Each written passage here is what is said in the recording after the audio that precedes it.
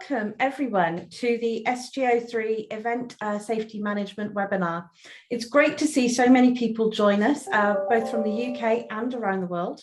I'm Andrea Jones, I'm the Head of Communications at the Sports Ground Safety Authority, and I'll be facilitating today's session. We're joined today by Ken Scott, our Head of Inspectorate and lead author of the guidance. Ken will shortly be speaking about the guidance and going through its background and some of its content. We're also joined by Martin Girvan, who was part of the editorial team of the document and will also be answering questions with Ken a little later. And finally, we're joined by Monica Gamera, the SGSA's communications assistant, who'll be helping me in running today's session. Before I hand over to Ken, I just want to go through a bit of housekeeping. So you'll have noticed that this is that your microphones and your video buttons aren't where they normally are. This is a webinar session, so your microphones are automatically muted and your video will not be on. The purpose of today's session is for you to find out more about the event safety management guidance.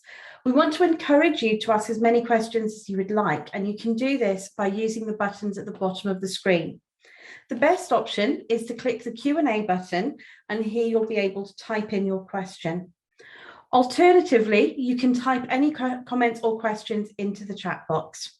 Monica and I will be keeping an eye on any of the questions submitted, and will make sure that they are asked of Martin and Ken. Also, thanks to those who have submitted questions in advance, and we'll make sure that those are answered. You're welcome to ask questions as we go through the initial presentation from Ken and during the question and answer session that will follow. Once the webinar is completed, you'll be sent an email with the links that will be discussed today. In addition, this webinar is being recorded and it will be available to watch on demand. But that's enough from me for now. I'll hand over to Ken to talk about the guidance before we start with the Q&A session. Over to you, Ken. Right, okay. The Safety Management Pink Guide came out in 2009, and it was obvious at that time that there was a need, because of the rewriting of the Green Guide in 2018, that we needed to do something with that Pink Guide. So much had changed in the world of safety management, so much had been written in the Green Guide, which was out of step with lots of areas that we had within the Pink Guide, that it was kind of fundamental that we got round as soon as we could to rewriting that Safety Management Pink Guide. So we started with the intention to rewrite and produce this document way back in 2019, June 2019. And I foolishly forecast at that time, not knowing what was around the corner, that we'd have all of this done and wrapped up and published and out to you within 6 months. Well, we know what happens when you tell God your plans. Of course, that didn't happen. We were struck then by the COVID pandemic. We were all knocked off course. We were all doing different things or doing things differently.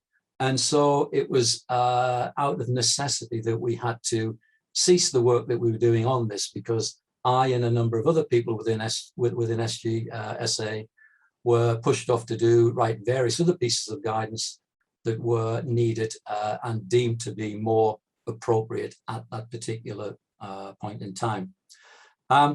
So the new event safety management document, we always felt that the guide suffered from a bit of an identity crisis. I still feel that when I look at it now, and that not everyone made the connection that the document was in fact supportive of the principles of the Green Guide and linked to the Green Guide. So for that reason, we decided right from the outset that we must align the new document more closely with its big brother, the Green Guide. So hopefully you'll find that the style, from the layout, from the reading of it, that it sits in perfect harmony with the Green Guide.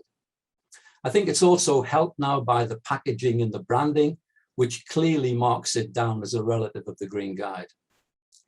You may also have noticed that from our branding of the other publications that we have out, that where appropriate, we will put them under an SG banner, which is supplementary guidance. So this makes it absolutely clear that the documents are all related and tied back to the overarching document, which is the Green Guide.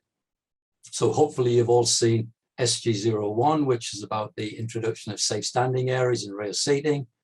SG02, of course, was about social distancing and planning for social distancing at sporting events. And now we have the third document to complete the trilogy. So we now have SG03, Event Safety Management. And hopefully all of the devotees of the Green Guide will gain comfort now from this alignment, or this alignment with the Green Guide. So who do we see as being the main beneficiaries of the guidance? Well, hopefully it has a broad reach, because fundamentally safety management is safety management, whether it's applied on a large scale to a major event, or even to a lesser extent to maybe the local school sports day. Safety management is safety management. The key is that the understanding of the level of application which is needed, and that's where the level of competence of the reader comes into play. Understanding which parts are appropriate to the event that you are running or hoping to run, dependent upon the risk category that you put that event into. So it's aimed deliberately, not just at those in the venue management and event organizers profession in the sporting world in which we all ply our trade, but across the whole events industry, where we feel that the benefit will be derived from the publication of this guidance.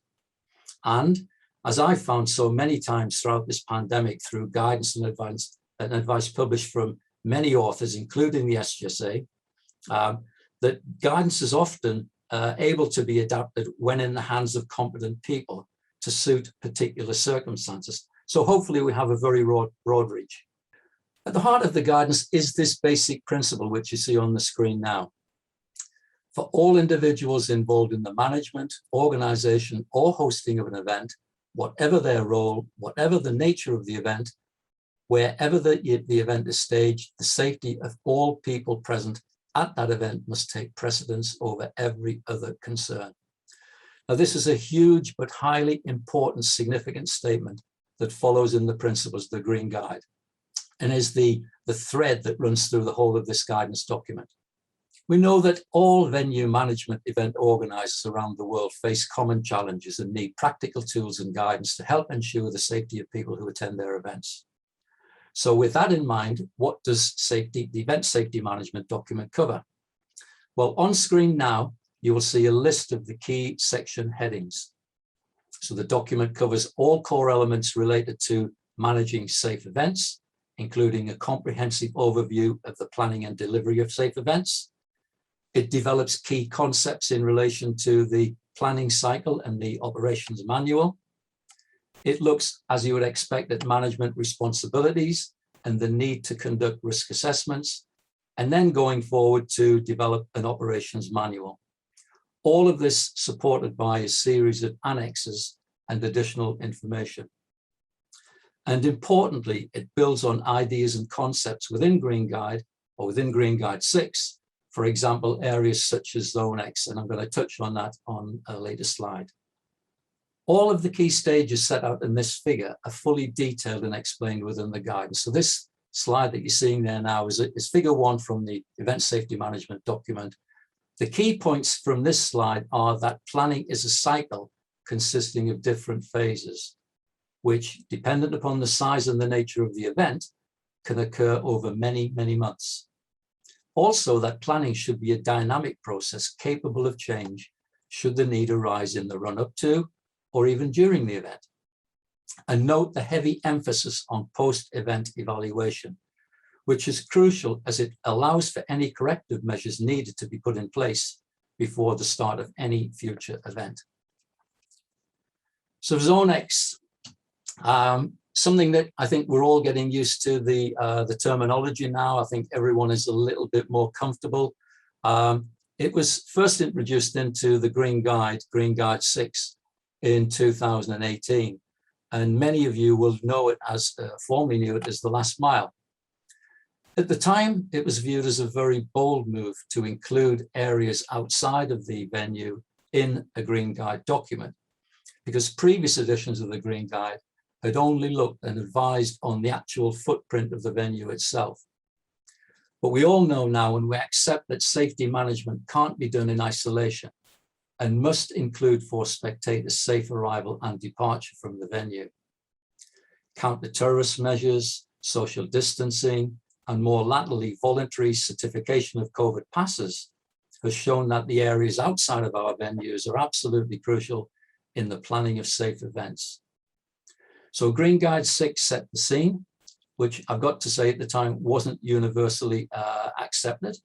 There were lots of concerns around advising in areas beyond the red line of the stadium. I'm not going to go into all of the detail of that. I'm sure many of you on the call this afternoon will fully understand the reasons and the concerns that some of you were raising at that time. But I think having gone through that early teething problem, we've now finally got embedded the principles of Zonex, and I think they are now widely accepted. So after Green Guide 6, SG02, planning for social distancing at sports grounds, pushed the envelope a little bit further. And now SG03 reinforces all of the previous comment from this outer space, or in this outer space area. Question I often get asked is then, in terms of the guidance, where does Zonex end? And I've often responded to that, that in my view, Zonex ends when I cease becoming a spectator and become part of the general public again. So this is on leaving an event. We all know how busy and congested some of the outer environs of sports grounds are immediately at the end of the event that you've been to view. And often you are moving in a direction amongst a throng of people within a crowd that gives you little opportunity to move in an alternative direction.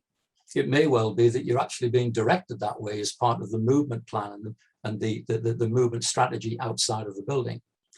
So my view is that you are no longer, or you are reaching the extent of the end of Zone X when you can make the decision to turn left or to turn right. In other words, you are leaving your role as being part of the event crowd, and you then become a member of the general public again. So it's going to the event with a friend or a colleague and being able to say, okay, goodbye, I'm off, I'm going in a different direction, see you next week, or whatever the conversation might end on. So it's important that we understand that. Because it then brings in the next serious questions, which are around who should be involved.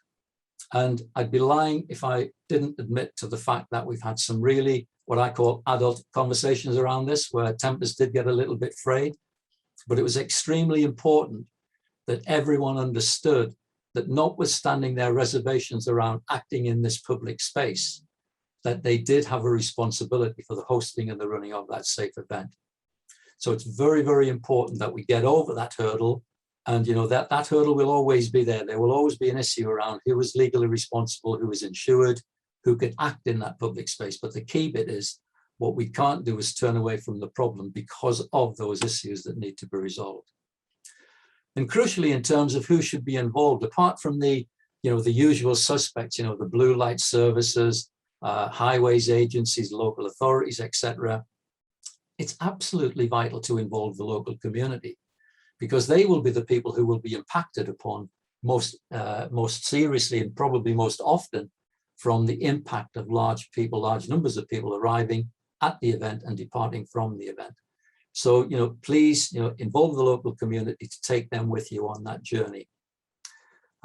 Roles of personnel, the key reason for putting down the roles of personnel and understanding who those people are is that you need to draw up terms of reference. You need to draw up who is responsible for what, because it would be so easy where you have a lot of people operating in this particular space for responsibility to fall between the gap.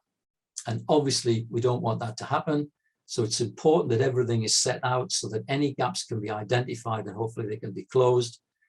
But there are areas that need to be carefully considered. They are areas of ultimate importance. And please, please do allow for that to happen. And therefore, moving into the next point, the important bit drawing from that is that SG03 promotes the understanding and management of Zonex and sets out the need for the development of a Zonex coordination plan. So this, again, fundamental to the running of the event. You must understand how, not just how your venue itself operates, but how does it link? How does it join up with the external environment? How does it link with transport arrangements to and from the event? Transport arrangements which could be impacted by COVID arrangements for travel. How do all of these things join together? And the best way of doing that is to sit down with that group of learned people to put together your coordination plan and then include it within your event day planning operation order. And finally, for my last slide, We have here a list of the annexes which are appended to the SG03 document. It's possible that we could be adding to them. These will be digital versions or digital annexes online. Hopefully you will find them useful. They're covering what we think are the key areas. But please, during the course of this webinar, please do let us know if you think there are other areas where we could assist by putting up a template which would make your event planning in the future all that more easier. So at that point, I'm going to end my introduction. I'm going to hand back to Andrea, and then we'll get back to the important bit, which is the allowing time for you to raise the questions, and for Martin, myself, Andrea and Monica to hopefully to be able to answer them for you. Thank you. Thanks very much for that, Ken. And yeah, just so you know that this is the web address for the document, sgsa.org.uk/safety management, and that's also where you can find the links to the annexes as well. But we will pick up on all of that shortly. Thank you very much for that, Ken. And Ken, Martin, feel free if you want to put on your cameras as well. So we'll go into the question and answer session now. We have had a couple of questions come in immediately, and I won't be mean and give these ones straight to Ken, because I think he'll bounce them straight back to me, which is number one from Neil: where will we find the recordings of the presentation afterwards? We will be making it available via our YouTube channel and on our website, and we'll share the link through our external newsletter, which is coming out later this week. So we'll make sure that you are provided with those ones. And another one has come in from Norris, I believe. Yes. Will the booklet be available on Kindle? We aren't currently planning on making it available on the Kindle, but if that changes, we'll certainly have a look into it. And if that changes, then we'll let you know. Shamsul, thank you very much for your first question, and a nice easy one to kick it off for Ken. Who should lead on Zonex? Okay, let me remember to unmute myself again. Yeah, really good question. Again, it's a question that we often get, and I get back to these adult conversations again. And you know, I could spend all afternoon talking about the people trying to fend off responsibility for talking around Zonex and for planning on it, on the basis that they thought that if they led on the discussion, that they'd have to pick up all of the costs arising from it. Now, clearly, that isn't the case. But nevertheless, whatever the decision is around who is paying for what parts of the element of the work, what we can't do is overlook the fact that they need to be discussed, they need to be planned, and they need to be properly managed. So in terms of the ultimate responsibility for safety at events, then the Green Guide will tell you, set out well-established principles, is that the event organizer will be responsible for the event safety. Now, as we move to areas outside of the venue, then quite rightly, and the reason why I threw in that little bit about where does Zonex end, was kind of coming back to this point. Well, we aren't expecting planning to take place for all of the participants or all of the spectators coming to an event all the way back to their home address. But clearly there needs to be a level of protection and management of that egress up to that certain point. So in terms of who takes overall responsibility, then we'd be pushing it towards the event organizer, but we wouldn't be expecting that the event organizer, him or herself, would be able to do it without the involvement of others. And that's where these difficult conversations come to play. So it's a case of sitting down. We find that and I've promoted many times the use of a safety advisory group to promote the discussion. Not necessarily that the safety advisory group or the recognized safety advisory group that would be looking after the running of the event would be all of the key constituent parties, but it would probably be most of the people that would be involved in looking at the discussion outside of the venue. And so because local authorities are very good in acting in terms of conduit, then to use that group as the basis for the discussion allows then for the discussion to develop and to bring in all of the people, as I said, not forgetting the representatives of the local community who can, if you do not involve them, can make a lot of noise, to help to obstruct the event, which clearly none of us would wish to see. So important that the event or the planning for the event outside of the venue brings in all of these people, and then you sit down and discuss amongst that who takes responsibility for each individual facet. But I come back to the bit, and the reason why I'm kind of laboring the point of the event organizer is that if the event organizer, for instance, failed to do it, then in an event that was running under the benefit of a safety certificate, as we have in the UK, then it could be, if the planning for people on arrival and beyond that red line of the certificate wasn't put in place and managed, then there could be what I call a reflective condition imposed on the capacity on the certificate. So it would be possible for people to, for a local authority, for instance, to be able to say, look, because we're not confident and we're not comfortable with the planning beyond the external environment, then we feel that the appropriate capacity should be whatever. But it would certainly be a figure less than the normal holding capacity or the normal safe capacity of that venue. So I find that often focuses the attention of individuals who are looking to run events. So whilst there may be a reluctance initially to pick up the mantle and run with this, I think that, you know, when everyone sits and considers the benefits from this, and I think we all realize now that it's not possible now to run an event without giving serious due consideration to what happens beyond the red line of the venue. Thanks very much for that, Ken. Callum Howie has asked, thank you very much for this question, Callum. Is advice in SG03 aligned or considered with the Event Industry Forum's Purple Guide? Martin, Ken, who wants to pick that one up? I don't mind picking it up, and Martin, please chip in at the end if you wish. I did in my introduction talk around the fact that, you know, this guidance document undoubtedly will be of use to people within the events industry. There is no doubting that. In the same way that, you know, guidance I wrote around social distancing was picked up by the events industry too, whilst it was written with a sporting perspective. People with degrees of competence, we say that at the beginning of all of our documents, as we all aware, you know, this document is to be used by competent people. They can use that guidance, they can pick out the bits that are relevant to their individual event, and they can apply them. Because again, getting back to what I was saying, safety management is safety management, whether it's for the biggest event that you're running or whether it's a small gymkhana in the local field. Safety management will apply. It's a little bit like a lift in a building or an elevator. You get off at the floor that you need to get off at in terms of the level of application. So for me, the guidance is useful. We did discuss right in the very early days, and Martin will remember this, although it is over 2 years ago now. You know, what do we do in terms of the content of the Purple Guide, you know, the Events Industry Forum guidance? And we saw it because it was a much broader palette that they had. They look at things around welfare and various other things which we aren't touching on. We felt that rather than use one document or the other, my view is the documents complement each other. And so I would expect that, you know, there would be good learning for the event industry from the Event Industry Forum's booklet or the guidance document, the Purple Guide. And equally, they will find good value in reading the SG03 document, which we produced. So Martin, I'm not sure whether you want to add to anything I've missed on that.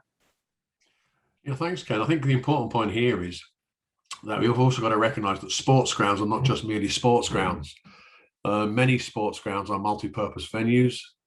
So there's lots of events taking place that are purely not just sport or different types of sport. But as Ken said, that the Event Safety Management Guide is a basic principles document. I think that's the important point. You can use it for any particular event you're hosting and staging. And the skills and the knowledge within that document are equally applicable within a sports ground or a greenfield site. So I think that, as you say, Ken, the two complement each other. They shouldn't be one for one type of environment and one for the other. I think that's the important point here. Thanks very much, both. So please keep your questions coming in if you have any others. But one question that does come up occasionally is whether right in the chapter 2 of the document, it goes into the importance of safety, security, and service. I wondered if you could just pick up on that a bit more, and how that feeds into event safety management overall. You want me to pick that one up? Yeah. Happy to do that. Yeah, safety, security, and service. For those of you that have been following things that have been coming out of Europe over the last 6-7 years now, they are very big since with the Council of Europe, with the Saint-Denis Convention, and the key principles or the fundamental tenets of that convention are safety, security, and service. And whilst we all kind of major, particularly in our industry, around the safety and security bit, the one thing that we often do forget is the service element. And, you know, whether we like it or not, we're in the entertainment industry. The people come along and they don't want to be thinking about safety and security. That's for us to worry about. But they are very much in tune with, you know, how good was the reception? How big was the smile on the steward that greeted me? You know, what was the queuing like around the toilets and the concession areas? You know, what was the quality of the food? What was the viewing accommodation? So all of these softer elements are still absolutely crucial to people's expectation and people's understanding of whether or not they've enjoyed the event. So safety and security, I contend, isn't something that the spectators should be overly concerned about, because I do say that that's our concern. That's the risk that we take on board on behalf of people coming to the event. But we all need to remember that service is that third key tenet that we often forget about. The safety and security bit are bits that, you know, we've plowed the furrow for many years. We went through a big discussion at SGSA a couple of years ago about, you know, what is safety and security? Are there two different elements? And you know, and we spent an awful lot of money on a QC that advised us on that, which formulated the views and opinions of our policy. It formulated the views and opinions that came into Green Guide 6, and we move forward on that basis. But for me, it's about understanding. It's not just about safety and security. Please never forget that, you know, service is the bit that the people who are coming to our events want to kind of hang their hat on. That's the bit that they're keenly interested in. Thanks very much for that, Ken. A question here from Ian Mixter. Martin, potentially one for you. Is the 10 hours CPD noted in Annex A a compromise on what the SGSA might believe was an acceptable amount to an organisation? Many organisations, including those involved in the planning, building, etc. of a stadium, have a higher amount, and it is compulsory for the staff of many organisations who sit along a safety officer in the control room. Martin, what do you think? Oh, thank you, Ian. Thank you very much. We thought long and hard about this one, in particular as to what the level of CPD was considered to be an appropriate level for that safety officer type person. And as you say, Ian, we also have colleagues, Ken and our colleague Rick, who are members of the Royal Institute of Chartered Surveyors. They've got to do a certain number of CPD hours, so too have I. And it is considerably more than 20 or 10 hours a year. But we thought for the first time that we would put that down as an appropriate level, because it isn't that too onerous. We felt it's appropriate and comparable to other professional bodies and professional organisations. With the absence of a professional body for those individuals, the SGSA, for want of a better word, we put our head above the parapet. We plumped for a figure that we felt was reasonable, could be reviewed, and indicates a minimum level of CPD. And I think the important point here is that to recognise that whenever there has been a significant safety-related failure, whether it be in the sports ground industry or in other sectors, including the building industry, one of the first things that gets asked is what are the training, knowledge and skills and competency of the staff involved, and when were they last trained and what was their CPD?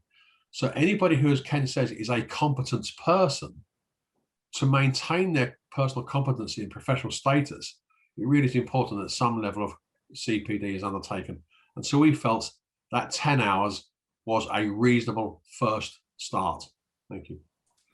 Could I just add that, just in answer to Ian's question, I think the number of hours is almost irrelevant. I think the key bit is that there is a need to do CPD.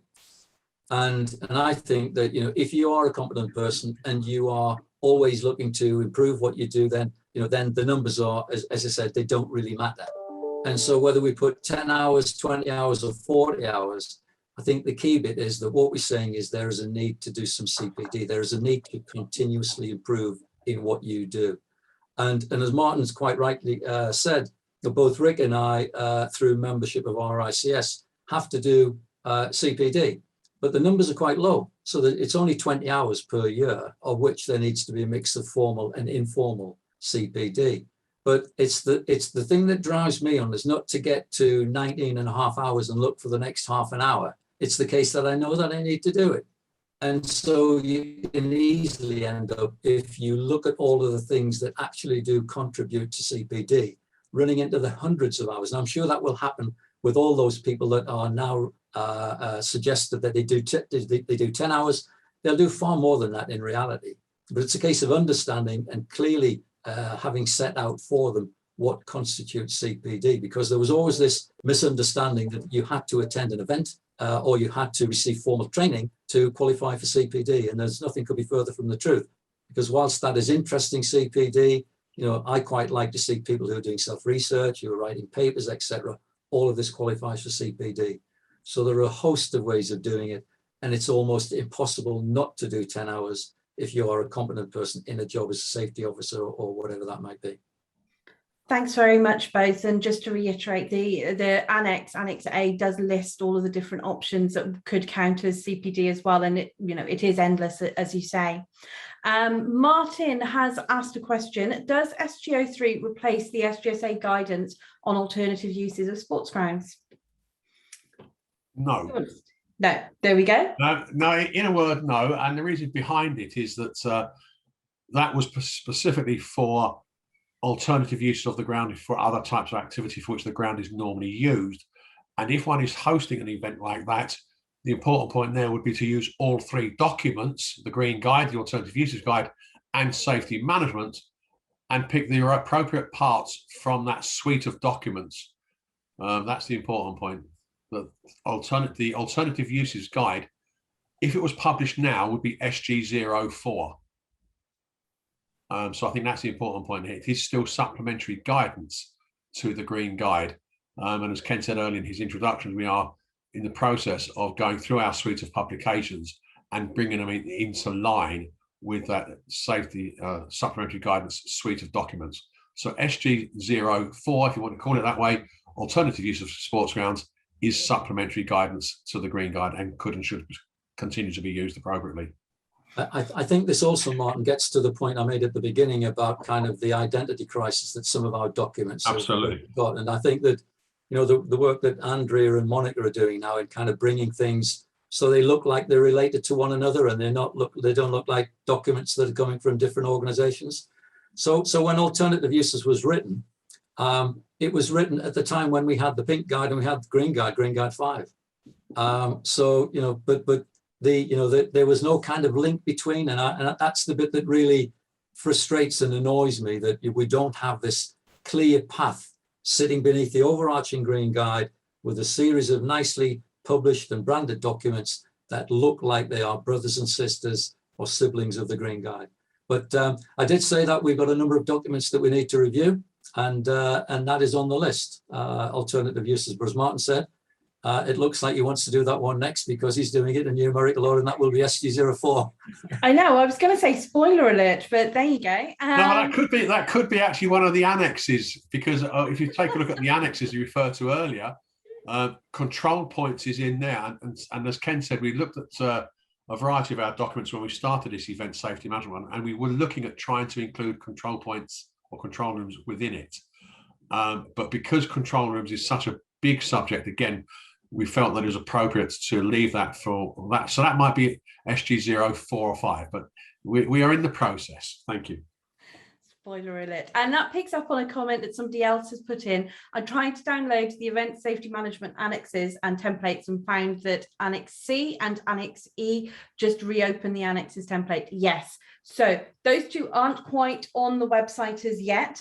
We're just finalising those ones, and they will be available shortly. So that is completely up to all my fault. So apologies for that, but we just wanted to make sure that we got everything out there, or as much as we could out there on the publication date, and we'll be sharing that shortly. Andrea, can I just say you've been very kind there? It isn't your fault; it's my fault because it's sitting in my inbox. I'm not going around to reading it yet, but I will be doing it very, very soon. But thank you for taking the flak from me. That's what I'm here for. And just picking up on the comment and the questions earlier on about CPD, Peter from the FSOA, the Football Safety Officers Association, says that the FSOA welcomes the lead on CPD, and that they've been pushing for this for many years, arranging training events and plus a place to record it with reflection, etc. This service is paid for by the FSOA. So yes, thank you for that comment there, Peter. So just picking up on some more questions that have come in. Rob Quinlan, how do the SGSA ensure that some of the smaller event promoters are aware of SG03, bearing in mind that our main work is around sports grounds? We have a huge range of small event promoters, ranging from small community events to free events in shopping centres.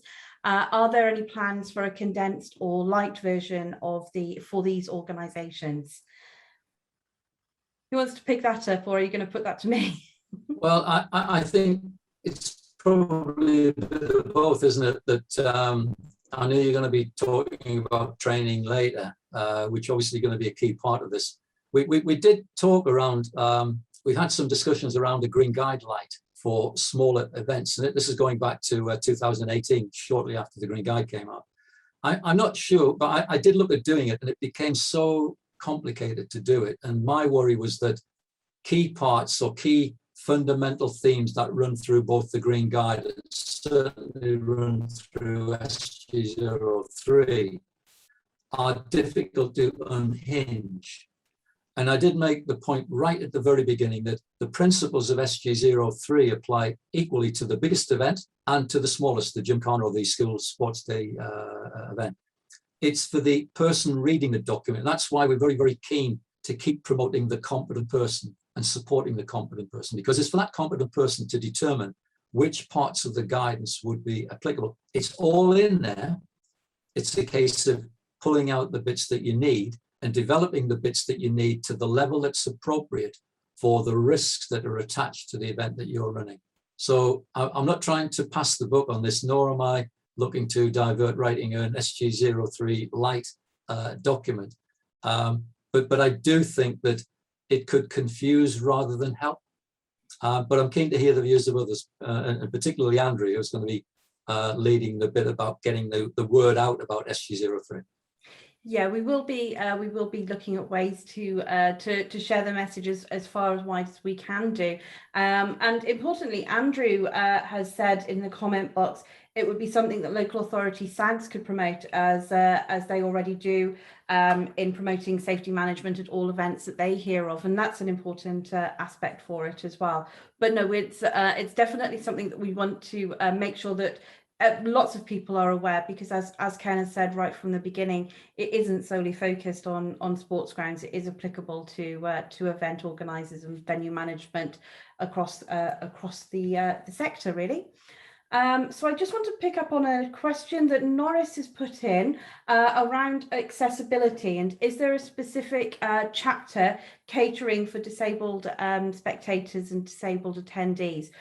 We don't have a chapter so much, but it is a thing that runs through SG03 and has particular section on access audits at section 3.9, doesn't it? Do you want to, does either of you, Martin, perhaps, do you want to pick up on that one around how accessibility is a theme throughout the document? Yeah, thanks, Andrew. Yeah, it's one of those common golden threads that runs through the document, as long as Ken says about the safety, security and service. So service is also there for people with additional needs.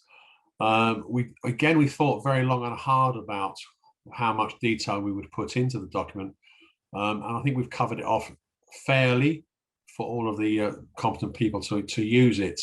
Our colleagues in level playing fields, however, are working on rewriting a document that we used to publish, Accessible Stadia. And our colleagues are working on that document as we speak, and that will hit the presses at some point in the future, though we're not too familiar as to how they're getting on with that. But Accessible Stadia, Accessible Needs is a golden thread through everything that we produce. So it is in there, but not necessarily a specific chapter on its own. Thank you. It isn't, and just to pick up on that as well, it's an important part of the operations manual as well, isn't it? For the as part of the event safety management planning cycle, isn't it? Yeah, that's all part of that process that should be included in there, so that's fine. Yeah. I think just getting back to the point, though, we do really take the point that, you know, all of the documents that we write need to fully embrace the needs of people with varying forms of disability, whether they be visible disabilities or not. And we hope that we do that. And we did the document that Martin's referring to, the Accessible Stadia guidance document. We did used to have reference to it within the Green Guide, but it was taken out on publication of that Accessible Stadia guidance document because we felt at the time that it would give more kind of status and gravitas to the document. Sadly, I don't think it worked because we're still suffering now with designers who are really look at all of the key areas that we think are should be considered. But the key bit is that, you know, we will be working with Level Playing Field in getting this document out as soon as possible, because following the publication of Green Guide 6 and following publication of SG03 now, it kind of puts a sharper focus on getting that information out there. So we will be supporting rather than leading on this particular job, but Level Playing Field will get our full undivided attention as part of the editorial group to help them to get this thing across the line. And I think just getting back to, you might well think, well, why didn't we put it back into Green Guide 6? The kind of the argument that we had, maybe argument is too strong a word, but the discussion around it was that, you know, the Green Guide is about safety at sports grounds. And we felt that to do justice to the Accessible Stadia guidance document, it needs to go way beyond safety to look at facilities and various other things that we couldn't meaningfully put in a safety document. And that's why I personally think it sits better as a if you like, a friend or a relative of Green Guide, but not as an all-encompassing part of it. But we will be working on that. And I just saw a note flash up there to say that they're about 50% of the way through, I think, from David. So that's good. Yeah, thank you, David, for that comment. That's really useful. And like Ken says, we'll be supporting Level Playing Field, and we'll also be helping them to promote it. So we'll make sure that as soon as that is published, that we share it with you as well. But from Ben Green, thank you for your comment on your question. Have you had much interaction with the relevant blue light services with regards to SG03? Yes, as part of the consultation process, we had very extensive contact with colleagues across all stakeholders, including the blue light services nationally. And so, yeah, we've had very good engagement there and have taken on many of the comments that our colleagues in the blue light services have identified. So, yeah, I definitely significant interaction between us. Absolutely. Yeah. I think one thing that I could add on that, Martin's been with the organisation longer than I have, but I think it would be fair to say that, you know, in years gone by, and I'm not attaching any of this to the current people who are working at SGSA, consultation was maybe not as thorough as it could have been. And so certainly over the last few years, the publications of the Green Guide, all of the documents that we do now, the SG01, SG02, SG03, all go through a very thorough and robust consultation process that's evaluated. Andrea will tell you of the enormous amounts of time we take gathering feedback from people who've taken the time to offer their comments to us. So it's only right that we do justice to those comments and go through them all individually to see whether or not they make the final cut and get included in the publication. So I'm really comfortable now. The basis for that, for me, is that we want all of you to be disciples of the documents that we write. So wherever possible, if we can include the comments that you give us and they fit with what we are thinking, the kind of the drafting that we're putting together, it's much better that we do that rather than present all of you with documents that you find it difficult to work with. So it's a case of, as a regulator and as a body that sits and writes good quality guidance, it's really important that we sit and listen to the end user, the customers out there. And we try to do that at every opportunity. Absolutely. And we take feedback as we go through as well, because we'll keep a note of any comments and so on that come in for any future guidance that we write as well, isn't it? Jeff, a question from Jeff. Thank you very much for your question. And importantly, you say, sorry if this is a silly question. Jeff, there's no such thing as a silly question. So thank you very much for asking anything. How do you measure the success of SG03? Is it auditable, or would you carry out inspections? How would any findings be communicated out? Can I go start with this one if I can? Thanks, Jeff. The question about this is that a competent person putting together a comprehensive event management plan, safety manual, would present that to the local authority where a safety certificate is in place, or under the Licensing Act in the United Kingdom. So to that extent, the auditing process will be undertaken by the local authorities. They will be checking the documentation provided by the event owner and safety management team against the standards. And the standards will be those documents to which we referred, whether it be the Green Guide, alternative uses, or the supplementary guidance on safety management. So the auditing process will be undertaken by the statutory regulators, being the local authorities in the first instance, where a safety certificate is in place. If it's not a safety certificated venue, and it's a licensed event, it will be the licensing officers from the local authority. And if it's a public event that's neither licensed nor certificated, the local authority will still have those powers to audit that event safety management plan through their obligations under the Health and Safety at Work Act. So the auditing will be to make sure that the event organizer, the event owner, develops a set of comprehensive plans against those standards. And that's really what this is about. This is setting some standards that a competent person can start to build their event safety plan around. And so it's not for us to do that auditing. It will be pushed down to the local authorities through their existing arrangements and processes. Thank you. Thanks very much for that, Martin. And another question has come in relation to Zonex. How can local authorities, as part of the SAG, determine the resources provided by the sports ground and police, for instance, are sufficient? I think the key bit here is that there needs to be a plan, and that plan needs to involve all of the key constituent parts. So it would include the police, it would include any resource that the venue holder itself might have.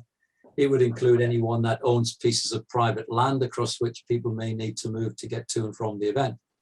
And it would be based upon that the local authority would need to make a judgment that, in their view, that sufficient planning and sufficient design has gone into the safe arrival and safe departure of people coming to that event. And that's where they have the ability, through the safety certificate and the condition in there which attaches itself to the safe capacity, to put an appropriate capacity commensurate with what they feel is the, if you like, the correct level, or maybe not correct level, of approach taken to the area outside. So I call it a reflective condition. What you can't do is condition the event organizer to start doing things in the public realm. You can't say, right, I need the event organizer to build me a bridge across to this, or to take a wall down that's half a mile from the event to facilitate a wider opening, etc. But what you can do in the conditioning of the certificate in terms of its safe capacity, you can condition it to reflect the conditions that occur beyond that red line. Now, it's a difficult thing for many local authorities to take on board, but I will kind of, I don't want to make it sound like this is something which is brand new, because local authorities have been doing this for many years now. So if you look at many football grounds around the country, you look at Wembley as a classic example, where Zonex modelling outside of Wembley Stadium has taken place for many, many years in the management of the queues leading down to Wembley Park Tube Station. Villa Park Football Ground, as with many others, have doors that open directly onto public highway, and therefore, had or if control measures are not put in place to limit or prohibit the movement of vehicular traffic outside of these events, then it would be an unsafe condition, and therefore the certificate would reflect that in the safe capacity to bring it down to a level that would not have a detrimental effect on people leaving the building. So it's all about judgment. It's all about making the calls, but it's having kind of the correct skills of people on that safety advisory group, or whatever you may want to call it, that would look at the area beyond the stadium itself, but to come up with sound advice. And the local authority, as the kind of the keeper or the custodian of the safety certificate, can then, on hearing all of the evidence and advice from the people that make up that group, go away and consider whether they think the advice and the conditions in place are appropriate for the risks that would arise from the event that the event organizer is planning to host. Thank you. And that picks up a comment from Andrew Collinson, which I think he put in relation to the previous question and answer. And that is that we need to remember that SAGs are non-statutory and have no powers, but they do link directly into the local authority that do have those certifying powers, isn't it? It's a really good point to make, because the number of people that tell me that they need approval from the SAG, and I'm talking about people who you'd consider to know what they're talking about, is quite alarming at times. But Andrew's quite right. The clue is in the title. It's a safety advisory group, and it's a local authority body that helps the local authority to make the best possible decision, having heard the views of all the other interested stakeholders. And Andrew has come back and said, whilst able to condition, we cannot require other stakeholders to provide resources in Zonex, and this is often the issue. We could in effect be penalising the event organiser. That's quite right, and this is enshrined in legislation as well, in terms of the policing or the need to have police or not at the sports ground. It isn't for the local authority to determine if the decision is made that police are needed. It's for the police themselves to determine what that appropriate level would be. But was it Andrew made the comment again? Yeah. Andrew is quite right. The local authority can't determine, but they've got to be able to understand and assess what is being made available and what is available for the carrying out of that work within the Zonex area.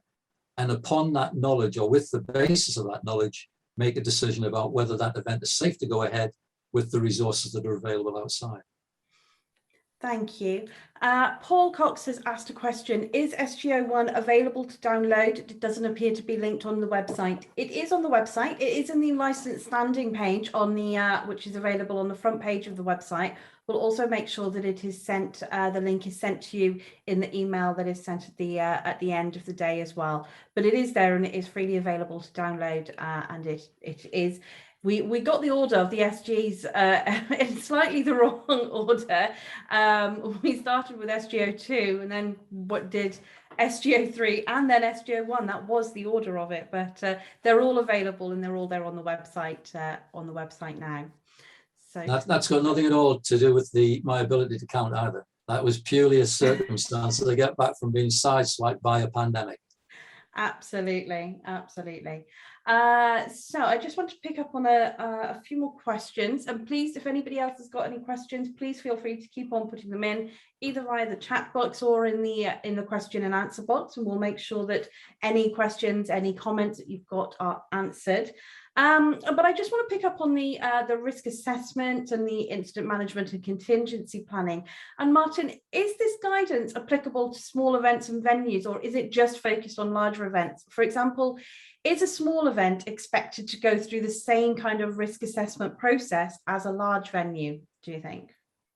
Yeah, absolutely. And I go back to Ken's analogy earlier, being in the lift and the elevator, getting off the lift and deciding how much he wants it to do. I think the important point here is that there are basic principles of risk and event management that are applicable to any event. The principles are the same. The activity is scalable. And I think that's the important point there. The competent person running any particular event will determine what are the risks and hazards associated with that event and need to put in the appropriate control measures commensurate with those risks. So that could be your small point-to-point meeting or your big major national hunts meeting in the horse racing world.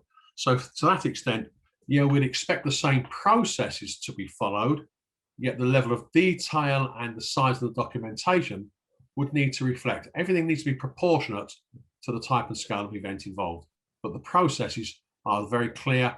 And that goes back to the work that our colleagues in the health and safety executives do. There are basic principles for undertaking a risk assessment that any competent person should undertake, whether they're doing a very small task or simple task or a very complex task. The process is identical, and similarly with us. We've outlined the processes that need to be followed. It's now important that the individual as a competent person delves into the detail commensurate with their event and their risks. Thank you. And Andrew has come back and said that his local authority SAGs most definitely expect all events to undertake their risk assessment and include contingency plans, however big or small, isn't it? It's an important feature, and that's why it's such an important feature in the SG03 guidance. Yeah, absolutely. And I think part of that is because events nowadays, because of the pressure on public services, events need to plan for things. They need to take a look at those incidents. Any event has the risk and has the potential for being a burden upon the local NHS service, as an example. So medical planning and the risk assessments, contingency planning for medical needs assessment would negate that pressure on the NHS. So yeah, absolutely. You should certainly go through that whole process, including contingency planning, looking at those issues that may arise at that event. Great, thank you very much. Ken, an important feature of the document is the establishment of a senior figure with responsibility for safety.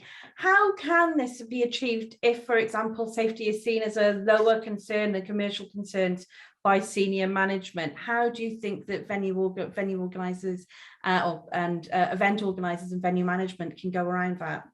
Yeah, this is the $64 million question, isn't it? This one. How do we get safety on the boardroom table? If I had £1 for every time I'd heard that said at a board meeting at SGSA, I'd be a rich man. I'd be sitting somewhere else this afternoon.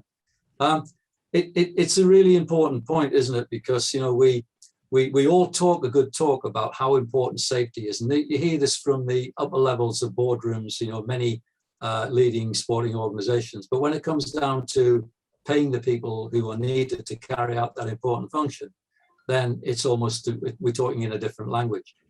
The key bit for me is that, and the bit that often strikes resonance is that, if and I don't like threatening people, it's not in my nature, but I think sometimes you've got to talk plainly. And I think sometimes you've got to say that, look, this level of risk has been determined for this particular event.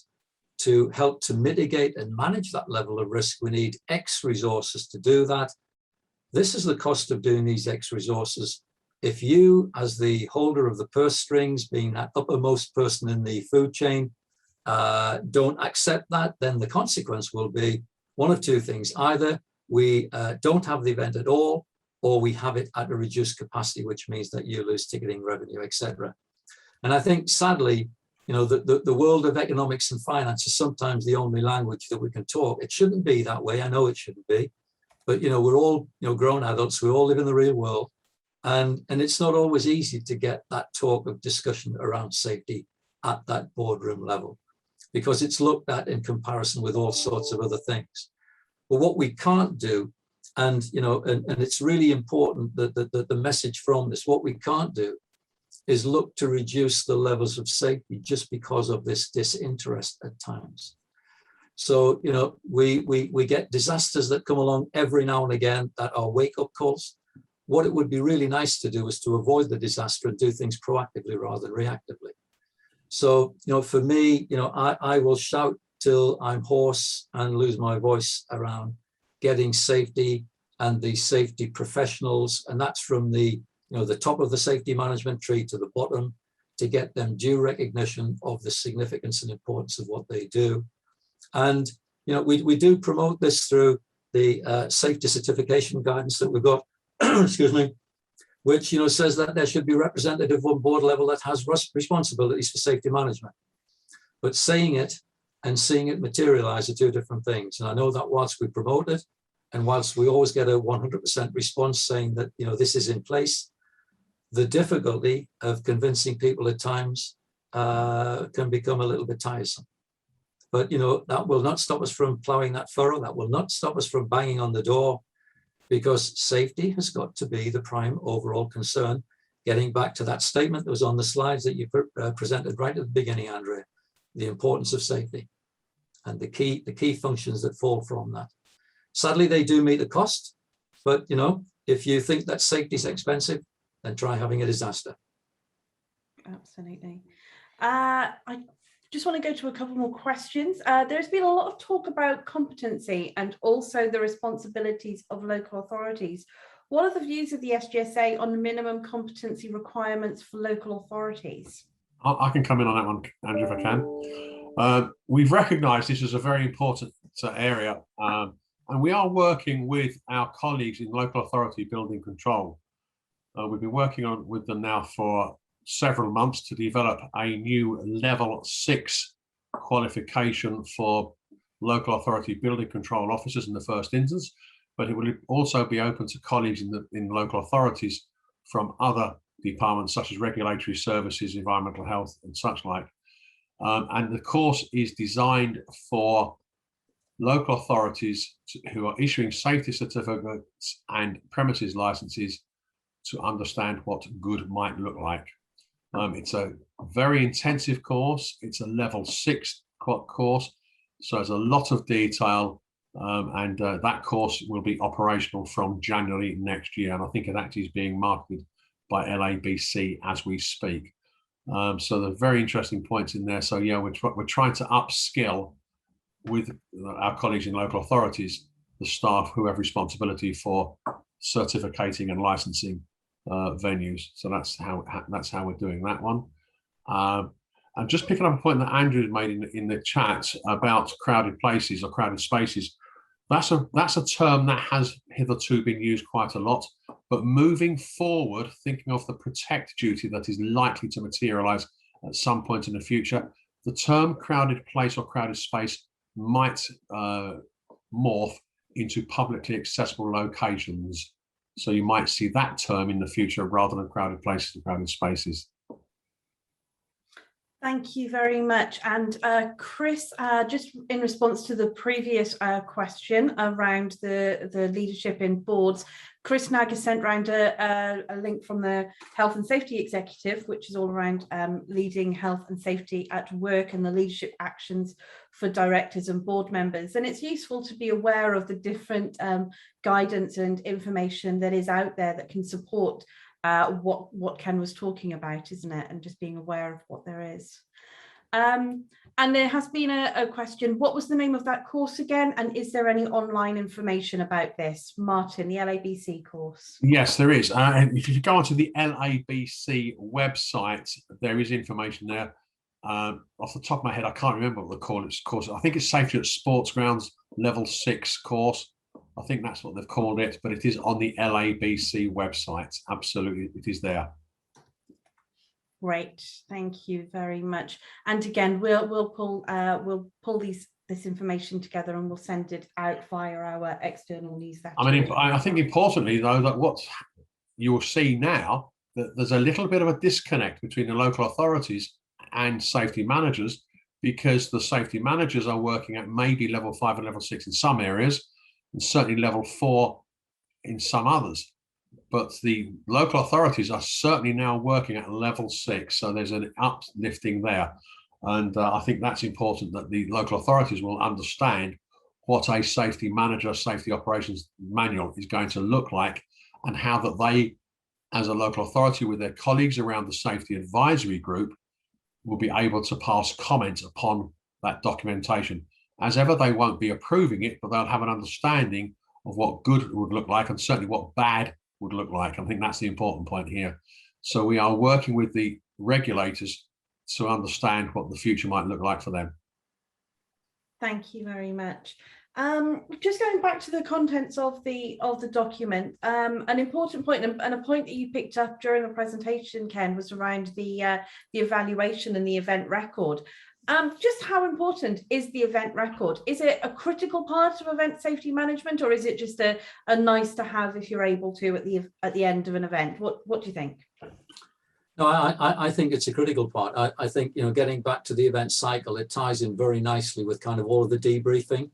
So to keep a record of what that event was like, was good, all the good, the bad that came from it, is absolutely fundamental if you're looking to do that event again at that venue, or maybe you want to pass on the learnings from that particular event to another event that might be holding a similar act or a similar performance from the whatever the event was. So I think we live in a world now where it's not possible not to keep records, and we keep them for good reasons. In many cases they are our insurance policies, but any event that does not keep good quality detailed logs of what went on, what didn't go on, the learnings from it, then they're setting themselves up to fail for future events. So for me, it's an integral part of it's an important phase in the event cycle to say what you see, record it, and make sure you use it or keep it for future reference. Great, thank you. Andrew has come back and said local authority colleagues involved in SAGs often have their own CPD and professional requirements due to their various professional body requirements, but always keen to learn and continuing improving standards. And that's the important point, and that's what we said right at the beginning with one of the first questions about the CPD and the annex. It isn't just for safety officers, it's for everybody, is the importance of CPD. Yeah. Indeed. Yes. Fantastic. So I just want to have a look to see if there are any other questions. If anybody does have any questions, then please put them in. But one just come through now. It is not always building control departments that are involved with the issuing of safety certificates for sports grounds, rightly or wrongly. So should the course not be offered to those responsible for issuing safety certificates now, as opposed to just being building control colleagues in the first instance? Yeah, indeed, that is the case. Although it has been developed by building control, it will be available to other colleagues in other departments, in particular environmental health, regulatory services, and emergency planning and resilience. Absolutely, it is available to all local authority departments. And importantly, we'll be sharing the information and the links with people, because as you said, Martin, we're involved in putting the course together and the course content together. So we'll make sure that the information is shared to everybody. And as Andrew has said, anyone can access the LABC courses. They're not solely for specific building control people. So just having a look for any additional comments. Monica, I'll go to you for a final couple of questions. And if there's any other questions, I will jump back in. But over to you, Monica. Good afternoon, everyone. So just on that topic of training sessions, actually, this question is for Martin. Will the SGSA be offering any training sessions to support this SG03 document? Oh, absolutely, yes. As ever, we've done when we relaunch a new document, we'll have a series of webinars, and we will follow that up with a series of training sessions. I think they're starting from next month. They're going to be on a monthly basis. It's going to be online training, and it's going to go through the event planning cycle. And we're going to use a number of fictitious scenarios to sort of discuss and analyze how processes should look like and what any faults may have looked like. It's going to cover the strategic considerations, risk assessments and contingency planning, and how to develop an operations manual and what it might look like and how that will all fit into the overall strategic event safety management plan. And I think the important point here is that it's not just going to be us talking. I think that's the important point. People get very bored with the man from the SGSA talking at them and telling them what to do. It's going to be very interactive, and people are going to be able to sort of join in with the session. So I think that's the important point here. It's going to be very interactive sessions. They will start next month, and I think we've got a series of them running for next 3 or 4 months, and if need be, we'll put more on. As ever, the SGSA is here to please, and we will accommodate it wherever possible. I think just to build up, just to add on to that, I think those of you that attended the SG02 training sessions, where we had kind of we had the chat rooms where people will go off to work on examples. This is going to take it to the next level. I've seen what the examples are going to be, and I can't wait to look at it and get involved in it. So please book your places. It's going to be really good, really exciting.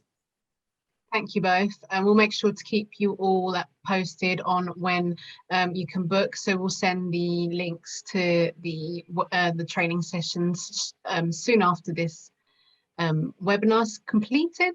And just to reiterate a couple of points that we've already mentioned throughout the webinar, this question goes to Ken. So with the SGSA, as we mentioned, we've released the SG02 and the SG03 SG03 documents. So what about the SG01? What's its main theme and why was it released later on? SG01, as Andrea said, now is on the website. It's one of these that was kind of, I can't even remember the order in which I wrote them, to be perfectly honest now, because they were coming at me from all sides. But SG01 is about the recent government announcement to allow for licensed safe standing areas for early adopter clubs from 1st of January next year.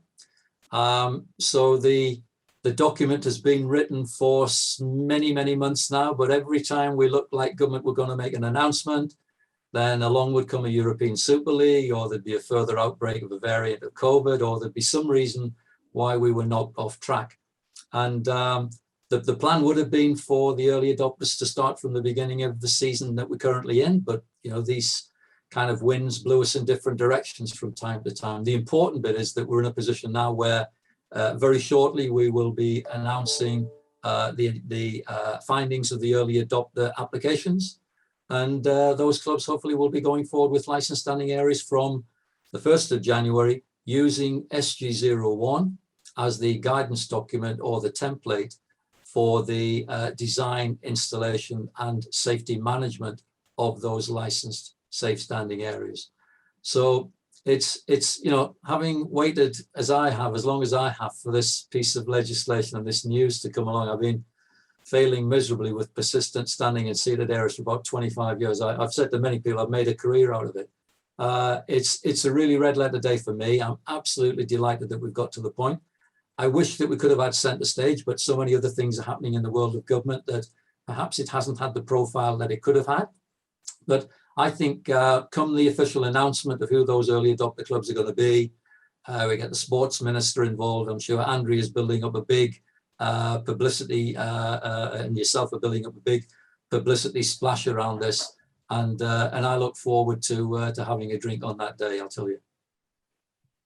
That day will come very soon, I'm sure. It'll fly by and we'll all be excited when the moment comes.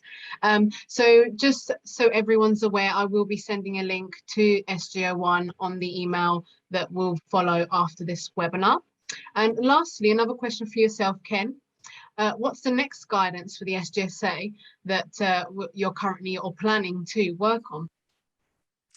I'm going to write a piece of guidance on work-life balance and how not to work 8 days a week. And I'm sure it'll be a bestseller. Andrea will buy a copy of it.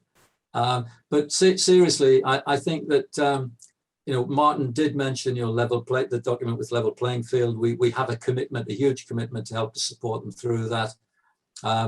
We have a whole range of documents that are now needing kind of a quick wash and brush up following the publication of Green Guide, which is it's almost 3 years ago, would you believe? And the scary bit is that we'll be starting to plan for Green Guide 7 before long, which is a really frightening prospect. But we have left a time capsule. I'm not going to be doing it. I'll guarantee you can record and quote me on that now. I'll not be writing it. But there's a time capsule which will help whoever gets the position of being the lead on the editorial team for that. But I think, level playing field, let's get that out the way. Let's review the alternative use of sports grounds, whether we can do that as an annex to SG03. It's a great suggestion from Martin. Maybe we can do that. And then just gradually to pick off all of the pieces of documents, the pieces of guidance that we've got out there. Andrea will be the driving force, as you will be, Monica, behind this, because you are, I know, very keen to make sure that what we have in our locker, in our library, is up to the high standards that you've set. So I just wait for the email from both of you telling me which thing I'm doing next. Thank you, Ken. And that wraps up all my questions. If anyone has any queries, do feel free to email me. I'm sure you have my details, as I did send out the join-in instructions for the webinar. So feel free to ask any questions following up from this webinar as well. Thank you very much for that, Monica, and thanks very much. And I'm really interested in finding out about this guidance document of not working 8 days a week. I can't help in actually writing that one because I just have no idea. Anyway, Rob, you have asked, are there any plans for face-to-face training as well as online? So at the moment, not quite. I mean, we're quite lucky, actually. We've gone through like this whole session without using the C word, apart from once right at the beginning when Ken mentioned about SG02. But we don't know what this winter holds. And so we don't want to plan for any face-to-face training at the moment. That being said, next year we want to establish a kind of rolling program of CPD opportunities for everybody. You know, as has already been mentioned a number of times today, we think that CPD is really important, and so we want to help everybody in the sector by making some CPD opportunities available and having a rolling calendar of it. We want that obviously to be in person at some stage, because that's when you do get so much more out of it, seeing people face to face, however hard we try to make the online versions as useful as possible. But watch this space on that one. The initial sessions will certainly be online, but we'll be in touch for any future ones. And Andrew, thank you and sorry for hogging the webinar. You didn't at all. Your comments were very, very helpful, and we're really grateful for that. And yes, an event safety is very close to you, and now that you chair the Wycombe Wanderers SAG meeting as well as the Wycombe Area SAG. So thank you very much for joining us. So if there are no final questions, I can't see any others coming through. We will wrap up. We did put this in for 2 hours. We weren't sure how many questions we would get, but we wanted to make sure that there was enough time in case more and more questions were asked. This isn't the end of it. If you do have any further questions, you're more than welcome to send them through to myself and to Monica, and we'll pass them on to Ken, Martin and the team to be answered. What we would say is that thank you to everybody for joining us. A big thanks to Ken and to Martin for answering the questions. An equally big thanks to Monica for setting up the session and for making sure that you all joined it, which is great. As I said at the beginning, the webinar will be available on demand, and the link will be sent to you as part of the newsletter towards the end of the week. You're welcome to share this with others. It will be a publicly available webinar. This will also include, the email will also include links to all the documents, the annexes, and information about the training sessions. If you have any other questions, please send them through and we'll make sure that they are answered. And thanks again, everybody, for joining us. I hope it's been very useful for you. Thank you all very much.